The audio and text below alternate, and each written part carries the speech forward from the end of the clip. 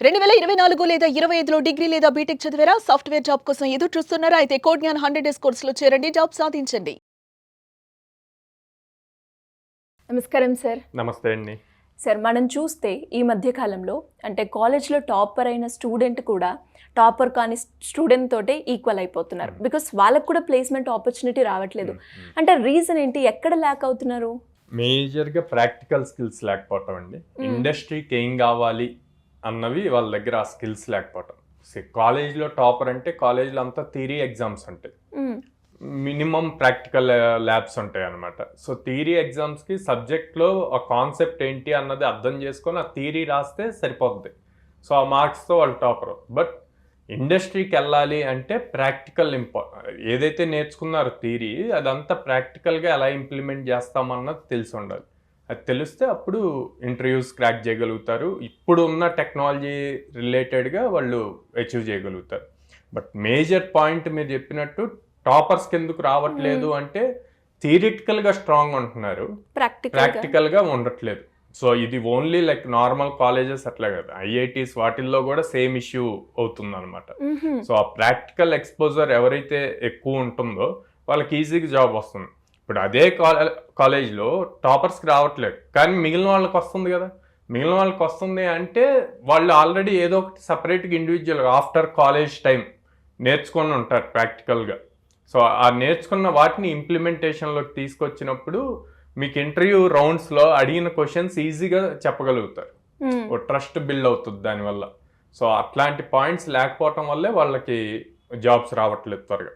So వీళ్ళు at least అయిపోగానే ఇమ్మీడియట్గా ఎట్లా నేర్చుకోవాలి, ఆ స్కిల్ సెట్ ఎలా తెచ్చుకోవాలి అని కనుక ఫైండ్ అవుట్ చేసి దాని మీద ప్రిపేర్ అవుతూ ఉంటే ఈజీగా జాబ్ క్రాక్ చేయగలుగుతారు తర్వాత. అంటే ఇప్పుడు మీరు అన్నట్టుగానే స్కిల్ అనేది చాలా అవసరము. మనం కరిక్యులం తోటి ముందుకెళ్ళాలి అంటే ఈ రోజుల్లో అది కుదరని పని అని చెప్పడం జరిగింది. అంటే ఆ స్కిల్స్ అనేవి ఎలా చూస్ చేసుకోవాలి అంటారు సార్? సో కరిక్యులంతో పాటు మనకి అంటే వీళ్ళు ఒక టార్గెట్ పెట్టుకోవాలండి. 70% ఆర్ అబోవ్ ఉండాలి మార్క్స్ పాయింట్లో. ఉంటేనే ఫస్ట్ ఇంటర్వ్యూకి ఎలిజిబుల్ అవుతారు. పర్సంటేజ్ లేదనుకోండి ఇంటర్వ్యూకి కూడా ఎలిజిబుల్ అవరు. అది మెయింటైన్ చేసుకుంటూ 70% ఆర్ అబోవ్ ఉండేట్లు మెయింటైన్ చేసుకుంటూ వీళ్ళకి ఇప్పుడు మా దగ్గరకు వచ్చారండి, ఫుల్ స్టాక్ కోర్సెస్ ఉంటాయి. మేమేం కొత్తగా రాకెట్ సైన్స్ నేర్పించట్లా. వీళ్ళు ఇంజనీరింగ్లో ఒక్కొక్క సెమిస్టర్లో నేర్చుకున్న సబ్జెక్ట్స్ని ఒక 6 సబ్జెక్ట్స్ని కలిపి మేము ఒకేసారి ఒక 5 months నేర్పిస్తాం. మళ్ళీ అది ప్రాక్టికల్ వేలో నేర్పిస్తాం. సో నేనేమంటా అంటే వీళ్ళు కాలేజ్లో ఉన్నప్పుడే ఫర్ సపోజ్ జావా ఉంటుంది, సెకండ్ ఇయర్లో అట్లాగా ఉంటుంది అనమాట. ఉన్నప్పుడు కాలేజ్లో నేర్చుకుంటూ ఈవినింగ్ 1 hour ఎక్కడైతే ట్రైనింగ్ ఇస్తారో వాటికి అటెండ్ అవ్వండి. ఆన్లైన్ క్లాసెస్ ఉంటాయి, ఆఫ్లైన్ ఉంటాయి, ఏది ఫీజిబుల్ అయితే అది ఉంటుంది. ఇంకా ఇన్ డెప్త్ అసలు ఏం చేస్తుంది థియరీతో పాటు ప్రాక్టికల్గా నేర్చుకుంటే కనుక అది వాళ్ళకి చాలా అడ్వాంటేజ్ అవుతుంది. తర్వాత డేటాబేస్ వస్తుంది ఇంకో సెమిస్టర్లో వెబ్ టెక్నాలజీస్ వస్తాయి. అట్లా ఒక్కొక్క సెమిస్టర్లో ఒక్కొక్క సబ్జెక్ట్ వస్తుంది. వాటిని కనుక అక్కడ థియరీ నేర్చుకుంటూ వీళ్ళ ఓన్గా ఆఫ్టర్ కాలేజ్ అవర్స్ ప్రాక్టికల్ నేర్చుకున్నారు అంటే కనుక ఇది అంతా కూడా ఇంటర్వ్యూస్ టైంలో హెల్ప్ అవుతుంది బాగా. అండ్ దెన్ ఈ స్కిల్ నేర్చుకున్న దాన్ని బేస్ చేసుకొని మినీ ప్రాజెక్ట్స్ కానీ మేజర్ ప్రాజెక్ట్స్ కానీ బిల్డ్ చేసి వాటిని లింక్డ్ఇన్లో అప్డేట్ చేస్తూ రెజ్యూమ్లో మెన్షన్ చేస్తే కనుక ఇంకా హై ఛాన్సెస్ ఉంటాయి అన్నమాట. అండ్ మీరు అన్నట్టుగానే సార్, ఇప్పుడు చాలా మంది బీటెక్స్లో స్టూడెంట్స్ ఏదైతే సెకండ్ ఇయర్లో జావా స్టార్ట్ అవుతుంది అని అంటే స్టూడెంట్ ఎలా ఉంటుందంటే 4 years ఉంది కదా, ఇది కంప్లీట్ అయ్యాక మనం చూసుకుందాము అని అనుకుంటూ ఉంటారు. అంటే ఇప్పుడు మీరు అన్న పాయింట్ చాలా తక్కువ మంది రిసీవ్ చేసుకుంటారు. వాళ్ళ ఐడియాలజీ పరంగా ఇది చూస్తే కరెక్ట్ కాదు అనుకుంటారు. అంటే ఇక్కడ ఎలా మనం మూవ్ అవుతే బెటర్ అంటారు స్టూడెంట్ ప్రకారంగా? స్టూడెంట్ అదే అండి హ్యాపీగా అంటే ఇక్కడ ఫస్ట్ నుంచి పేరెంట్స్ కానీ ఫ్యాకల్టీ కానీ ఇచ్చే మైండ్ సెట్ మీద కూడా డిపెండ్ అయి ఉంటారు. మీరు అబ్జర్వ్ చేస్తే 9th 10th క్లాస్ స్టార్టింగ్లో ఉన్నప్పుడు అరే ఈ ఇయర్ నువ్వు 10th బాగా కష్టపడి పాస్ అయ్యావంటే నీకు లైఫ్ బాగుంటుంది అంటారు. అవును, 10th అయిపోయింది, అది బ్రెయిన్లో వాడికి బాగా పడిద్ది. అరే మంచి మార్కులు వచ్చాయిగా అనగానే ఓకే నీకు మంచి మార్కులు వచ్చి ఇప్పుడు ఐఐటీకి ఏం చేయాలి, సో ఇంటర్మీడియట్ నువ్వు 2 years బాగా కష్టపడాలి అంటారు. సో వాడి మైండ్ సెట్లో ఉంటుంది ఓకే నేను 2 years బాగా కష్టపడితే తర్వాత లైఫ్ అంతా బాగుంటుంది ఐఐటీకి వెళ్ళంగానే అని చెప్పి 2 years కష్టపడతాడు. అదే మైండ్ సెట్. 2 years అవ్వగానే నువ్వు 4 years మళ్ళీ కష్టపడాలి, కష్టపడితేనే నీకు మళ్ళీ లైఫ్ బాగుంటుంది. సో వాటి నెగిటివ్ స్టార్ట్ అవుతుంది. 10th కష్టపడాలన్నారు, ఇంటర్లో కష్టపడాలన్నారు, మళ్ళీ ఇప్పుడు 4 years అంటున్నారు. 4 years అయ్యాక కూడా ఉంటుంది అని గ్యారంటీ ఏందన్న క్వశ్చన్ మార్క్ స్టార్ట్ అవుతుంది. సో మనమే ఇండైరెక్ట్గా నెగిటివిటీ క్రియేట్ చేస్తున్నాం. ఇట్లా కాకుండా స్టార్టింగ్లోనే ఒక క్లారిటీ ఇవ్వాలి. నువ్వు ఎవ్రీడే నేర్చుకుంటూనే ఉండాలి, నేర్చుకుంటేనే లైఫ్ బాగుంటుంది అన్న క్లారిటీ ఇస్తే మైండ్ కూడా అట్లాగే సెట్ అవుద్ది. దానికి తగ్గట్టే యాక్షన్స్ తీసుకుంటూ ఉంటారు.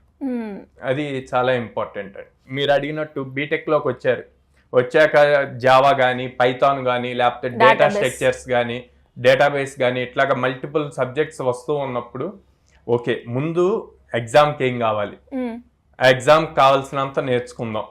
తర్వాత మనకు చాలా టైం ఉంది, 1 year ఉంది, 2 years ఉంది. అప్పుడు లాస్ట్లో నేర్చుకుందాం.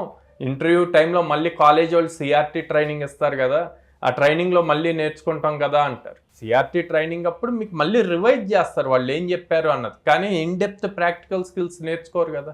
అలా నేర్చుకోవాలి అంటే మీ అంతటా మీరు బీటెక్ కాలేజ్ అయిపోయాక 9 to 5 వెళ్తారు కాలేజ్కి. 5 తర్వాత ఏం చేస్తున్నారు, what you do after your college, ఆ 3-4 hours మీరు ఏం చేస్తారు అన్నది బేస్ చేసుకొని మీ లైఫ్ డిసైడ్ అవుతుంది. సో అక్కడ మీరు ప్రాక్టికల్గా ఎక్కువ నేర్చుకుంటూ ఉండాలి. ఓకే. అండ్ ఇలా ఆలోచించే వాళ్ళు కూడా ఉంటారు సార్. మీరు అన్నారు ఓకే ఇప్పుడు నేర్చుకుంటే ప్రాక్టికల్గా నాకు ఈజీగా జాబ్ క్రాక్ చేయడానికి బాగుంటుంది అని. మరి దానికి ఇన్స్టిట్యూట్కే ఎందుకు వెళ్ళాలి, ఎందుకు కోర్స్ నేర్చుకోవాలి, ఇప్పుడు యూట్యూబ్ ఉంది మనకి, అందులో చూస్తే బాగుంటుంది కదా అనుకుంటారు. అలాంటి ఆలోచనలు కూడా వస్తూ ఉంటాయి. ఎలా సార్ దీన్ని ఎలా చూడాలి? యూట్యూబ్ ఉంటుంది, చాలా రికార్డెడ్ కోర్సెస్ ఉంటాయి, సో ఇవన్నీ ఉంటాయండి. కొంతమంది బెస్ట్ ట్రైనర్స్ ఉంటారండి, యూట్యూబ్లో కూడా బెస్ట్ వీడియోస్ ఉంటాయి. కాకపోతే స్టూడెంట్ లెవెల్ ఎంత అన్నది స్టూడెంట్కే తెలుసు. సో ఆ వీడియో చూసి ఎంతవరకు అర్థమవుతుంది, ఎంత నేర్చుకుంటున్నాం అన్నది ఇంపార్టెంట్. దీనికి బెస్ట్ ఎగ్జాంపుల్ అండి, వీడియో చూస్తున్నాము, చాలా క్లియర్గా ఎక్స్ప్లెయిన్ చేస్తారు. అది యాజ్టీస్ తెచ్చి ఇక్కడ ప్రాక్టికల్ ఇంప్లిమెంట్ చేస్తారు. ఆ వీడియో ఫాలో అవుతూ తనకి ఎగ్జిక్యూట్ అవుతుంది, తినికి ఎగ్జిక్యూట్ అవుతుంది. సూపర్. ఓకే, సేమ్ కాన్సెప్ట్లో నేను వేరే ఎగ్జాంపుల్ ఇచ్చాను, తిని చేయగలగాలి. సేమ్ కాన్సెప్ట్ వీడియోలో ఏదైతే ఎక్స్ప్లెయిన్ చేశారో యూట్యూబ్ వీడియోలో, అదే మళ్ళీ నేను వేరే ఎగ్జాంపుల్ ఇచ్చాను, తిని చేయగలగాలి. అలా చేయలేకపోతే అంటే ప్రాపర్గా నేర్చుకోండి. అక్కడ మెంటర్ కంపల్సరీ కావాలన్నమాట. అంటే డౌట్ అడగటానికి, సార్ సేమ్ ఎగ్జాంపుల్ ఇచ్చారు కానీ దీనికి సెట్ అవ్వట్లేదు, ఎలాంటి చేంజెస్ చేయాలి అన్నదానికి మెంటర్, గురువు అన్నది చాలా ఇంపార్టెంట్ అండి. సెకండ్ థింగ్ వచ్చేసి సేమ్ వీడియో చూస్తూ సేమ్ ఇక్కడ ప్రాక్టీస్ ఇంప్లిమెంట్ చేస్తారు. కాకపోతే వాటిల్లో అక్కడ వీడియోలో మధ్యలో కట్స్ ఉంటాయి, ఎడిట్స్ ఉంటాయి, మొత్తం ప్రోగ్రామ్ ఎగ్జిక్యూట్ అయినట్టు చూపిస్తారు. వాళ్ళు ఆ వీడియో రికార్డ్ చేసే తనకి వాళ్ళ దగ్గర ఉన్న సాఫ్ట్వేర్ వర్షన్ ఒకలాగా ఉంటుంది, తిని ఆ వీడియో చూసి తిని ఇంప్లిమెంట్ చేసేదానికి ఇతని దగ్గర సాఫ్ట్వేర్ వర్షన్ ఇంకోలా మారింది. అప్పుడు సేమ్ కోడ్ ఇక్కడ రన్ చేస్తున్నప్పుడు ఎర్రర్స్ వస్తాయి. అప్పుడు ఎవరు సాల్వ్ చేస్తారు, ఎవరు క్లారిఫై చేస్తారు? గైడెన్స్ అన్నది చాలా ఇంపార్టెంట్ అన్నమాట. Right sir. మరి ఎలా సార్ అంటే ఎవరికైనా స్టూడెంట్స్కి మీరు అన్నట్టుగానే స్టూడెంట్స్కైనా చూసే పేరెంట్స్కి ఎవరికైనా కూడా అంటే పిల్లోడు గ్రాడ్యుయేషన్ అయిపోకముందే వానికి ఒక స్కిల్ అడాప్ట్ చేపిస్తే బాగుంటుంది అన్న ఆలోచనతో ఉన్న వాళ్ళు ఎవరైనా కూడా మిమ్మల్ని అప్రోచ్ అయ్యి జాయిన్ అవ్వాలి అంటే ఎలా ఉంటుంది? సో స్క్రీన్ మీద కనిపిస్తున్న నెంబర్స్ కాల్ చేయొచ్చు అండి, ఆర్ డైరెక్ట్గా మా బ్రాంచెస్కి విజిట్ చేయొచ్చు. విజయవాడలో మొగల్రాజపురంలో ఉంది, హైదరాబాద్ JNTU మెట్రో స్టేషన్ దగ్గర ఉంది, అండ్ దెన్ అమీర్పేటలో చెన్నై షాపింగ్ మాల్ ఆపోజిట్ ఉంది, Bengaluru BTM layout 2nd phase ఉంది అనమాట. అది ఏ టెక్నాలజీ అయినా దాని రిలేటెడ్ ఫస్ట్ అసలు నేను పేరెంట్ స్టూడెంట్ ఇద్దరు విజిట్ అయ్యి మా కౌన్సిలర్స్తో మాట్లాడి డెసిషన్ తీసుకోమంటారు. ఎస్ సార్, మీరు అన్నట్టుగానే అంటే చాలా మంది స్టూడెంట్స్కి వచ్చే డౌట్స్ ఈరోజు అడిగాం కాబట్టి వాళ్ళకు కూడా ఒక క్లారిటీ వచ్చే ఉంటుంది. Anyways thank you sir, thank you so much. Thank you అండి.